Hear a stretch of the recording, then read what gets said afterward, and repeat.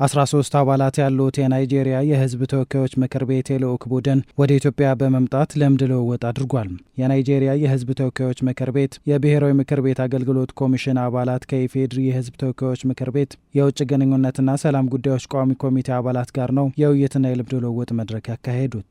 በልምድ ልውውጥ መድረኩ ኢትዮጵያና ናይጄሪያ ከፍተኛ የህዝብ ብዛት ያላቸው ሀገራት መሆናቸው የተነሳ ሲሆን ከዚህም በተጨማሪ መሰል ጉብኝቶች የሁለቱን ሀገራት ግንኙነት ይበልጥ ለማጠናከር ትልቅ ሚና እንዳለው ተመላክቷል።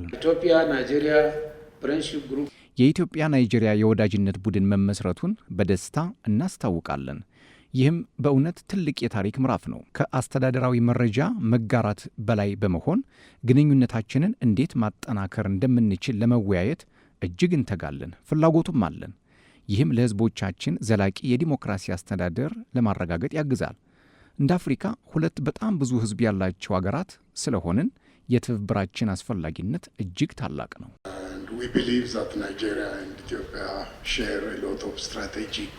ኢትዮጵያና ናይጄሪያ ብዙ የስትራቴጂክ ዓላማዎችንና የአፍሪካ ፖሊሲ አቀራረብን እንደሚጋሩ እናምናለን። ሁለቱም አጋሮች የፓን አፍሪካኒዝም ፖሊሲን ይከተላሉ።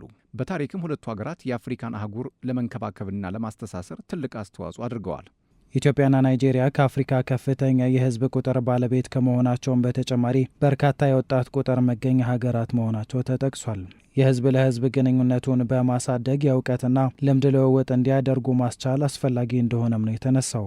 ኢትዮጵያ and Nigeria share similar, I think, diversified እነዚህ ሁለት ሀገሮች በብዙ ወገንና በሁለትዮሽ ግንኙነት ልዩ ትስስር አላቸው። በአፍሪካን ዩኒየን እና በዩናይትድ ኔሽንስ ውስጥ በዓለም አቀፍና በአፍሪካ ጉዳዮች ላይ በጋራ እየሰሩ ነው።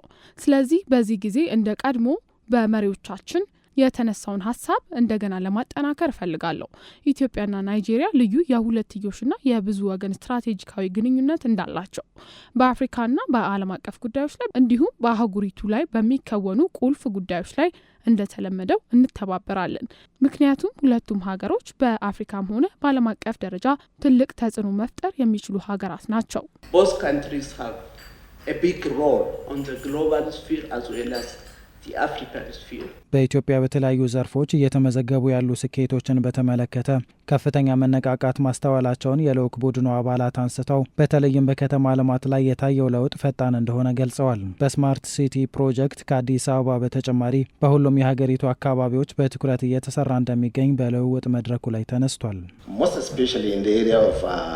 ትምህርት ሊወሰድበት የሚገባው ዘርፍ አንዱ የአየር ንብረት ለውጥን ለመቋቋም የተወሰደው እርምጃ ነው። መንግስት በተወሰነ ጊዜ ውስጥ በቢሊዮን የሚቆጠሩ ዛፎችን በመትከል የወሰደው እርምጃ አስገራሚ ነው። ይህ በእውነቱ ለማንኛውም ሀገር ምሳሌ የሚሆን አስደናቂ ስኬት ነው። ባለፉት 1 ወይም 2 ዓመታት ውስጥ አዲስ አበባ ውስጥ ከነበራችሁና እንደገና ብትመጡ ትልቅ ልዩነት እንዳለ በቀላሉ ማየት ትችላላችሁ። ይህን ሁሉ ውጤት እንዴት በአጭር ጊዜ ውስጥ ማሳካት ተቻለ? በአንዳንድ ሀገሮች ውስጥ ማንኛውም የልማት ፕሮጀክት ለመፈጸም ብዙ ረጅም ጊዜን ይጠይቃል። For any developmental project to be executed, it normally takes a very longer period of time. Environment and climate change crisis.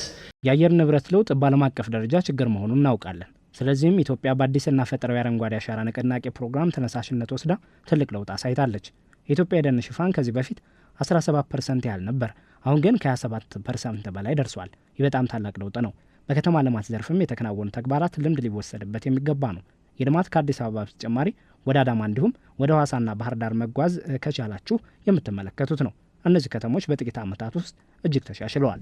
የናይጄሪያ የህዝብ ተወካዮች ምክር ቤት የብሔራዊ ምክር ቤት አገልግሎት ኮሚሽን የልዑክ ቡድን አባላት ለቋሚ ኮሚቴው ካነሷቸው ጥያቄዎች መካከል ዋነኛው የትምህርት ጥራትን የተመለከተው ጉዳይ ይገኝበታል።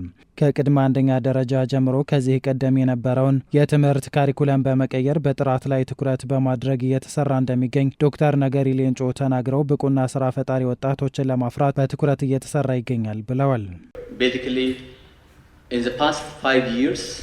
ባለፉት 5 ዓመታት ውስጥ በትምህርት ጥራት ማሻሻል ላይ ትልቅ ትኩረት አድርገናል። ይህንንም ለመደገፍ በከፍተኛ ትምህርትና በአጠቃላይ ትምህርት ዘርፎች አዲስ ፖሊሲዎችና ህጋዊ ለውጦች ያስገብተናል። በእነዚህ ለውጦች መሰረት የካሪኩለም እንዲሁም የፈተና ስርዓቱን በማሻሻል ከፍተኛ የጥራት መስፈርቶችን እንዲጠበቁ አድርገናል። ከቀድሞ ዓመታት የተለየ ሁኔታው ነው። በዚያን ጊዜ በዩኒቨርሲቲዎች ውስጥ የሚገኙ ተማሪዎች በሚሊዮኖች ይቆጠሩ ነበር። አሁን ግን ትኩረታችን በመጠን ሳይሆን በጥራት ላይ ነው። ባለፉት 3 ዓመታት ውስጥ ወደ ዩኒቨርሲቲ የሚገቡ ተማሪዎች ቁጥር በጥንቃቄ ለመቆጣጠር ተሞክሯል። በየዓመቱ ከ40 ሺህ እስከ 50 ሺህ ድረስ ተማሪዎች አሁንም ወደ ከፍተኛ የትምህርት ተቋማት ይገባሉ።